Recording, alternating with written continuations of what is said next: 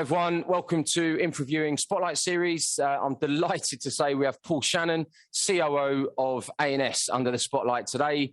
ANS are a leading #1 cloud and digital transformation business, offering a managed and professional services for multiple customers all across the UK. However, I'm sure Paul will give us a far better insight of what's going on right now and how great they are. Paul, first of all, mate, welcome. Probably known you over 10 years now and finally got you under the spotlight. How are you? Yeah, really well, mate. It's good to see you. Good to be on here. Happy to be involved. It's been too long as well for seeing you, really. I'm looking forward to doing it face to face as soon as possible. Absolutely. Well, look, I'm up in Manchester, as you know, sort of 13th to the 15th. So we'll grab a beer and we get out for a nice bit of food. But look, I know that you're a busy man and the whole market's gone bonkers at the moment. So look, I do appreciate your time. And probably just kick things off with, do you want to give us a quick overview of your sort of career so far to date? Yeah, so I started off my first proper IT job. My first IT job was as a web developer when I was about 17. In St Helens, so I'm Warrington born and bred. First job in St Helens was just a part-time job, and really I've loved IT since my dad brought home an old computer from work that was going to get thrown out, and brought it home and said, have a play with that and see what you think of it. And from that day onwards, really, I've always pretty much when I knew that I wasn't going to be a music journalist because I got kicked out of university, I knew that I was going to be in IT then forever. And really, really lucky. So started worked in internal IT teams for years, and then VMware came along.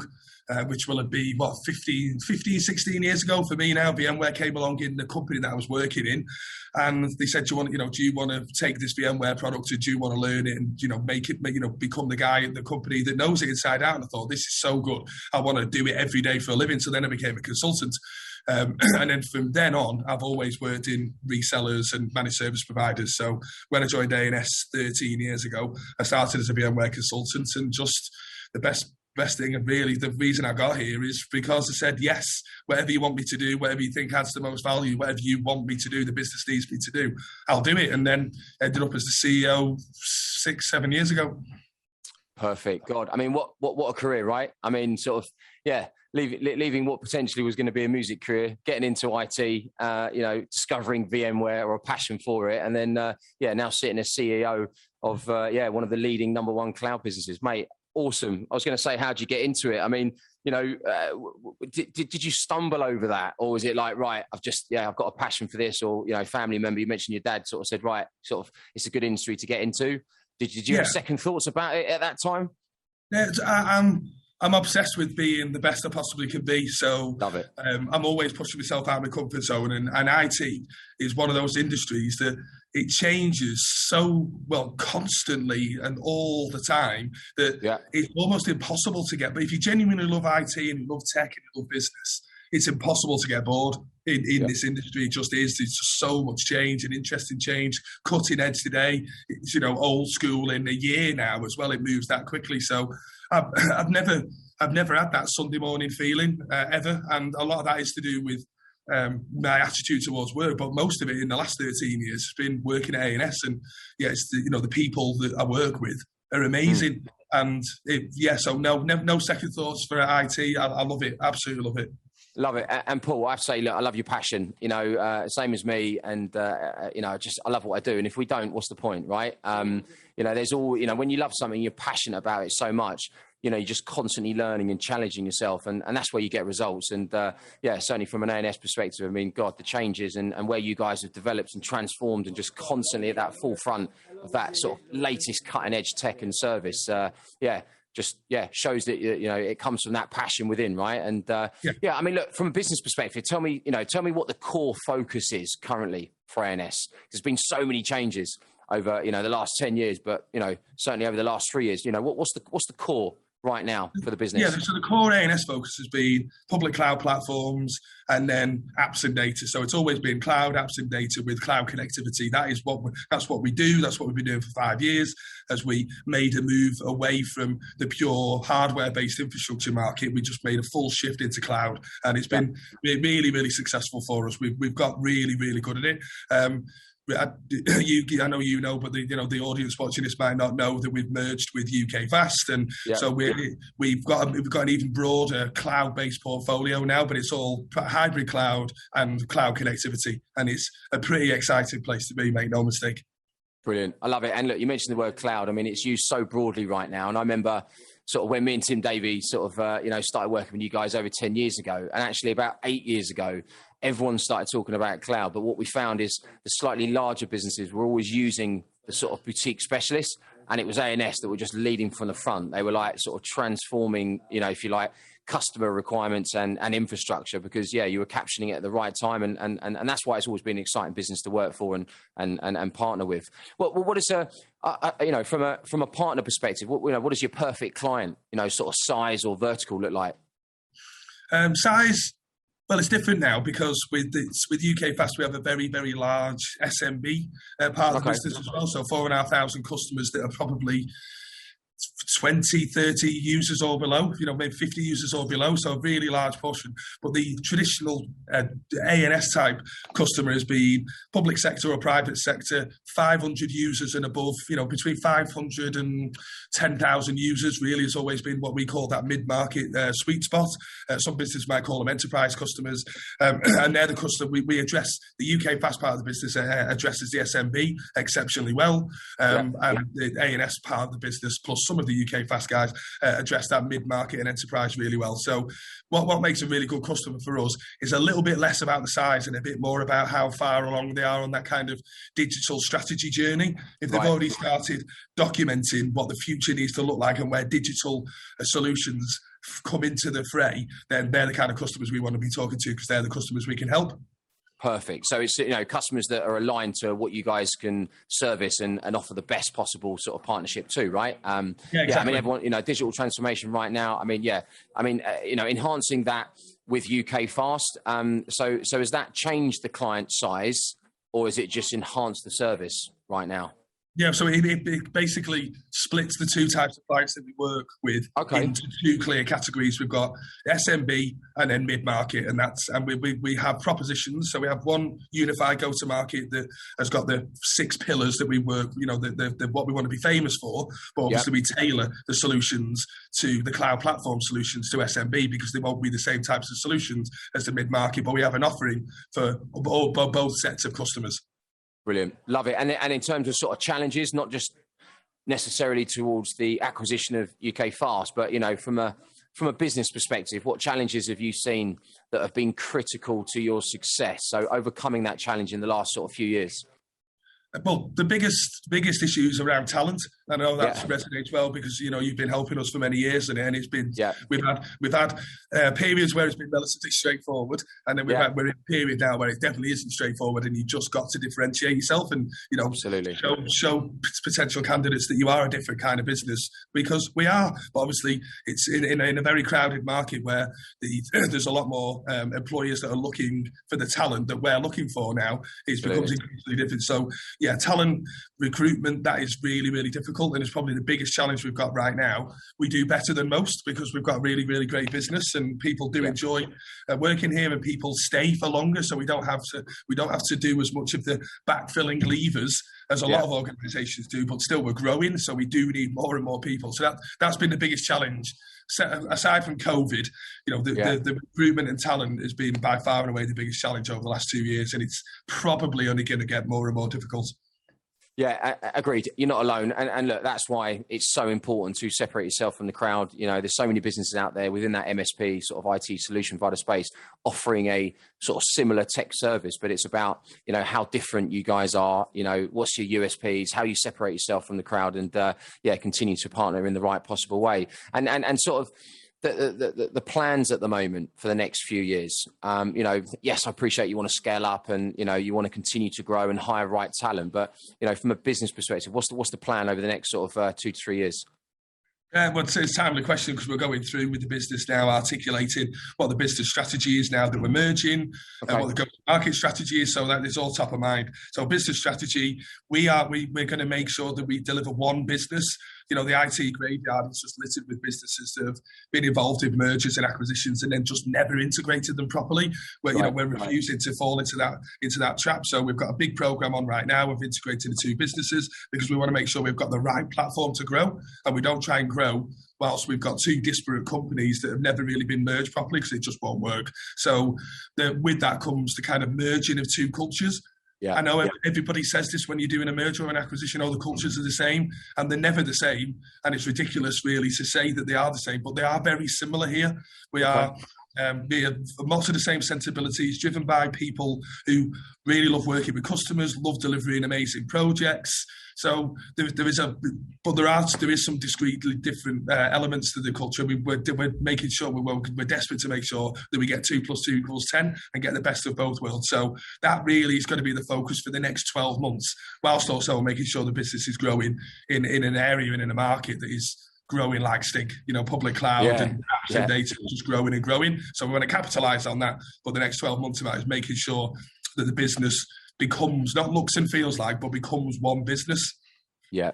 And I think that's really important because, certainly from a recruitment perspective, when we go and speak to clients about, candidates about ANS, you guys are well known, specialists in that cloud and digital space. But, when an acquisition or a merger comes up, people will tend to, start question, is that going to better it? Could that dilute it? How are they going to merge? Are personality characters, like you said, the same? And look, I love the fact, the next 12 months is making sure that absolutely collaborates and becomes one, right? And I'm obviously know UK fast as well. So great acquisition, and hopefully that will prove fruitful. I mean, if someone was to ask you, if I had a candidate right now that was, someone that you absolutely wanted, it was an Azure specialist or a digital transformation consultant that you want, if I was to say, what are the core USPs right now for ANS?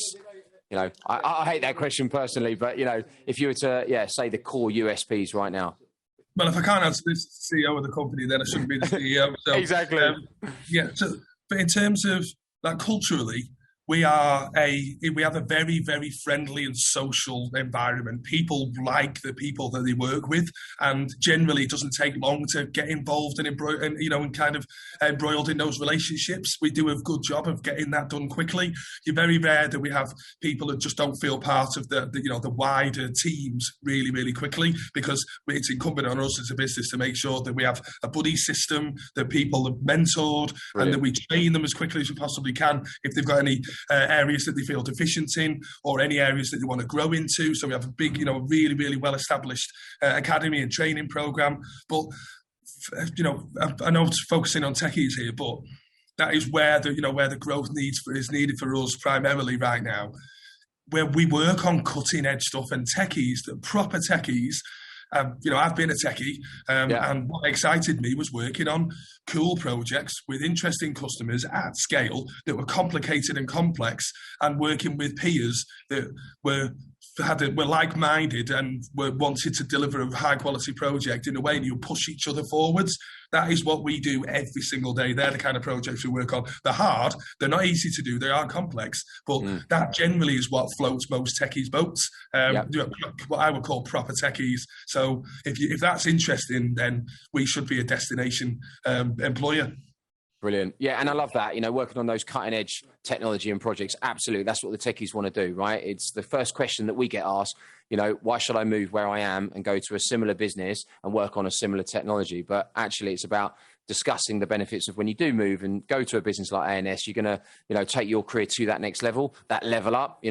When me and Tim used to work with you guys sort of, at the right beginning, we used to sort of always sell it as, 1 year at ANS is like 3 years somewhere else, and people just instantly wanted to know why. And it was always backed up by, people like yourself, talking about the projects, the technology, the clients, and let's not forget about that sort of academy, that training, that development program to understand what actually motivates those people. And your sort of team building events. I've got to ask, do you still do the comedy team building event? I've got many moons ago. There used to be, when there was all new starters once a month get together and you go on a bit of a comedy night and there's sort of presentations and getting people to tell them about themselves. Do you still do that? Yeah, so the ANS and the UK Fast do something very, very similar.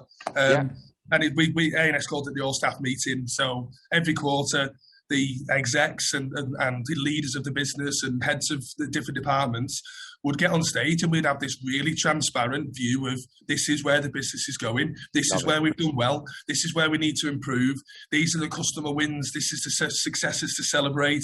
And at the end of that, probably, a few hours of just getting everybody up to speed with where the business is going in a really transparent way. We would usually do it at the Comedy Store, and we'd get one or two comedy acts that would come in and just, get people laughing, pizzas, drinks, whatever. And some people would stay out all night, and then some people would leave at 6 o'clock having had a bit of a laugh with the comedian and had a bite to eat and then go home, and all of that is what makes it a great place to work, plus loads and loads of other things that we do. Brilliant. Yeah, I love it. I mean, it was always something that stood out for us when you first told us that. And it just brings people together quickly, right? Because sometimes, you can, we can make great placements and hire good people, but, not everyone's the same. Someone's a little bit more sort of like nervous, or, they're worried about it, they're not as vocal as others, and just bringing that sort of collaborative approach together, just getting people to come out their shell a bit more and feel part of straight away, I think is really key, certainly in today's market, right? They want to make sure the moment they step through that door, they have made the right decision, and just, doing what you can to bring them in and get them to know their peers as quickly as possible, just cements that decision that they've made the right one. Cool. And in terms of sort of technology, what technology do you think will most disrupt the market in the next 12 months? Well, the two practices, if you like, that are running through the business at the moment that are growing the most and the quickest. We've got data analytics and security. They're just on the top of every CIO's agenda. And it's not just because in the past, particularly for security and for data products, they would be almost tech for tech's sake, and it would be very, very difficult to derive proper value out of them. From security, certainly would be a box ticking exercise, because we've got to do it to be compliant with XYZ law or regulation. But the market's changing massively, and the products are changing, so that they're more business outcome driven rather than just being pieces of tech that you may well need, particularly for the data analytics. It is totally and utterly revolutionizing businesses. Businesses that they've got a data strategy are the ones that are growing the quickest, and the ones that are setting themselves up with a platform to grow the quickest. And they're the kind of customers that we work with. And the techies that work in the data team are different kinds of brains, and it's actually really, really exciting. But as someone who's been in IT now for 20 plus years and worked with loads and loads of different techies over the years, you can see that a different breed of techie that's got a different set of discrete skills, rather than just be focusing on one core technology. That's changing massively, and it's really bringing a different breed of people into tech. Data scientists are not necessarily your traditional techies, and data analysts. It's amazing at the moment. That's the bit that's getting me, juiced up the most, is the data analytics. It's really exciting to have conversations with customers and see these new people coming into the business. Love it. Brilliant. And look, internally, are you doing all of that training and development where people weren't necessarily involved in data analytics, but now you have put certain things in place to get them upskilled or enter that side of the market? Yeah, so we're building a new track on our Apprentice Academy to start from September, which will focus purely on data and analytics. We are recruited straight from university, and then training them on the tools that they may not have been trained at university. We are also transitioning. Again, there's a slightly different type of tech brain. We're also taking people that are showing an interest that have been cloud platform guys or security or whatever it might be, and helping them transition into their data role if that's what's exciting for them. So we're doing as much as we possibly can in-house to make sure we can move the people or create the people. But again, there is still a requirement to recruit really, really good people that can bring a different perspective, because we're really keen to make sure we don't just end up with exactly the same type of outcomes, because it's an ANS outcome. We're trying to get different brains from outside the business to come in, augment our teams, and just help us think in a different way. Yeah, absolutely. And look, that's so you can evolve, right? I was going to say, how do you see the market evolving? Is it product, is it services, or is it people? I think people are driving, both of the customer and the partners like us, are driving a different agenda. It's a totally different conversation. And for me, it's a much more exciting and interesting conversation. So the conversation when I first got into working for an MSP was, this is the problem you've got. This is the product that fixes it. Yeah. Boring. It's boring. That is, I mean, I liked it at the time because I didn't know any different. But it's boring. The conversations, that we're having now we want to know what the problem is, and we're talking about business outcomes from the very, very beginning, and that's leading to investment in time and effort in a much broader set of solutions rather than just trying to make one product fix every different problem. And it's a much more interesting dynamic.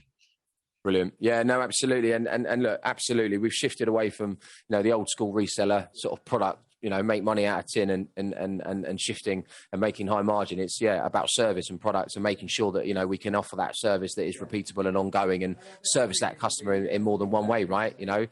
All right, cool. A little bit more about you. What was your, I'm dying to know myself, I'm sure the viewers are, what's your biggest career success to date, Paul? It's got to be the deal that we did with Inflection. So, okay.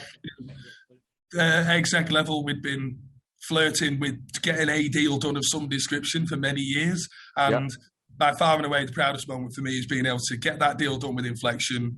We had a lot of people in the business, almost everybody actually in the UK within the ANS part of the business had some degree of shares. And for a lot of people, it had a materially significant impact on their lives, and that by far and away was the most important thing I've ever done in my career. Making an impact on some people I've worked with for 10, 15 years was a really, really proud moment.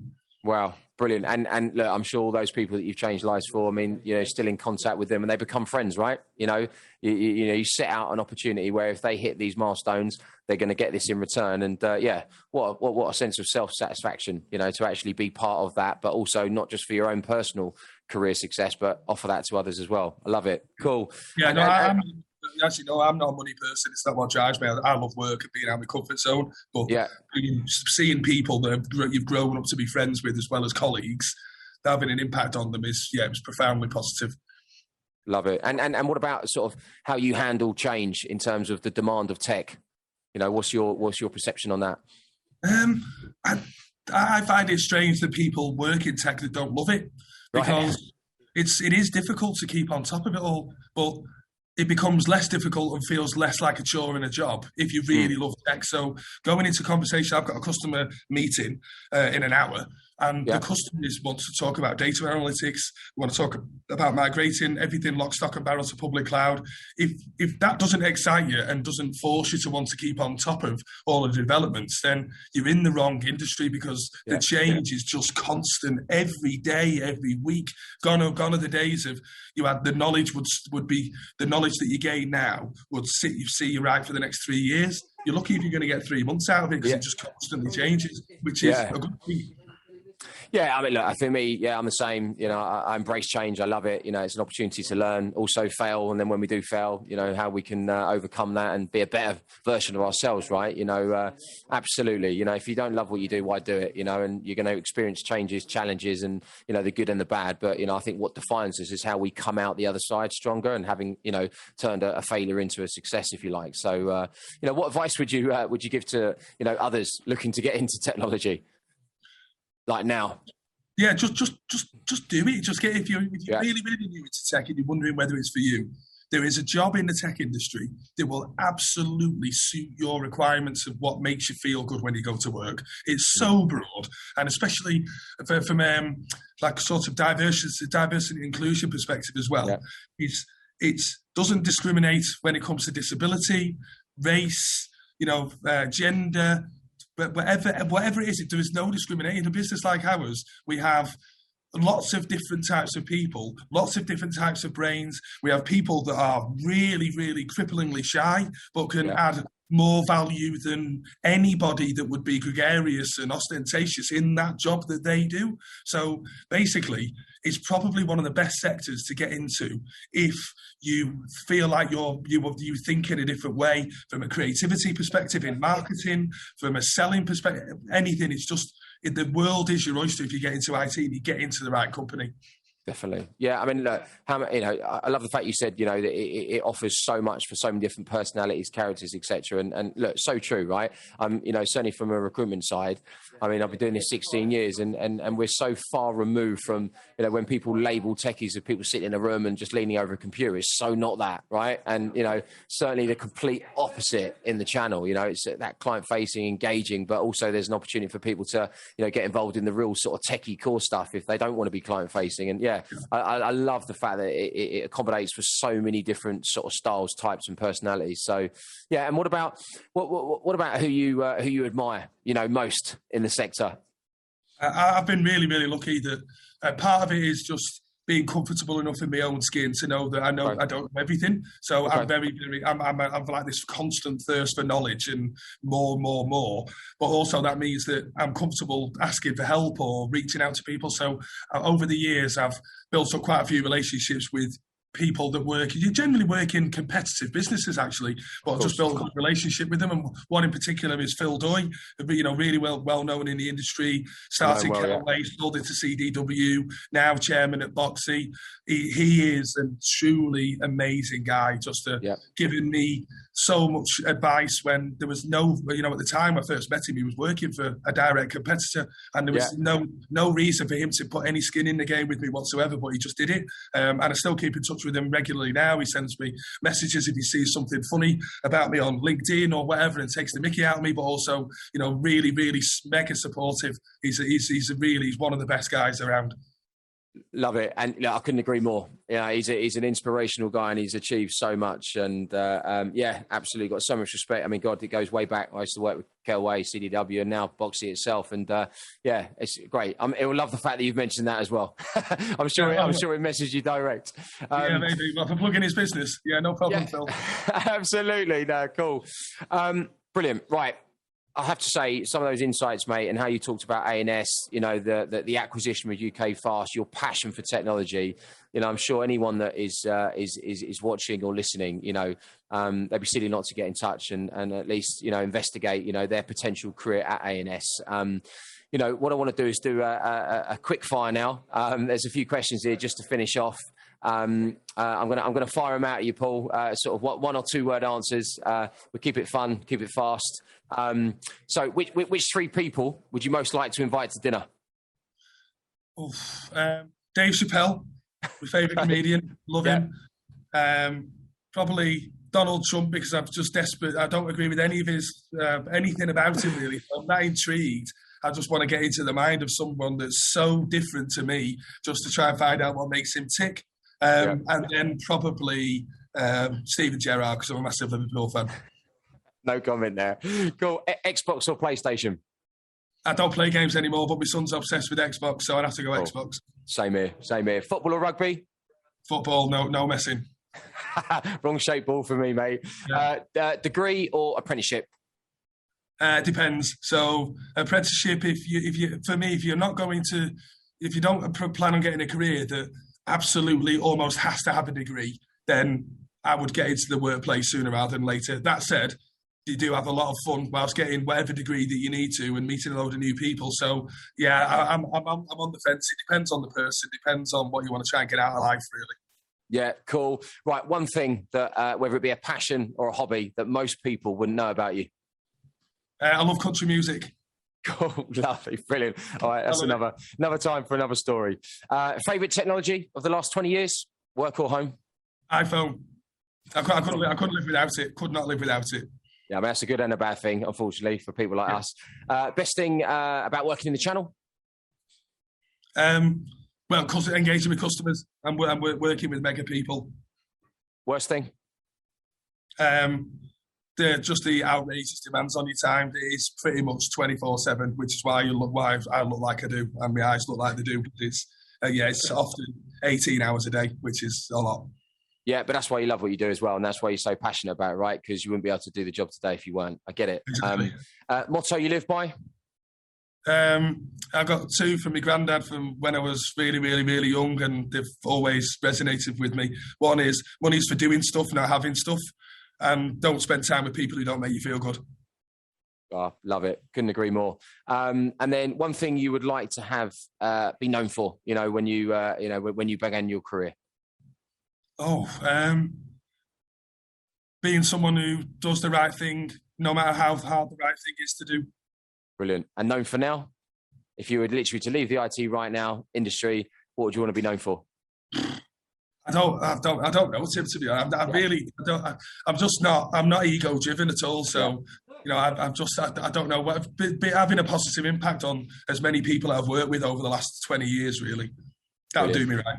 Yeah, absolutely. Paul, mate, honestly, I can't thank you enough. That was absolutely amazing. Obviously we've become friends over the years, and absolutely love working with ANS, an exceptional business, one that we're all passionate about at InfraView. I want to thank you for your time. Anyone that has listened or watched, if you feel like you want to reach out or you've got any questions for Paul, please feel free to comment below. Or if you fancy going under the spotlight yourself, give me a shout. All my details below, or you can call me on 020-3865-1561. Paul, once again, mate, thanks so much. And look forward to grabbing some food and raising a glass or two in a couple of weeks. Nice one, Tim. Cheers, mate. Cheers, mate. Pleasure.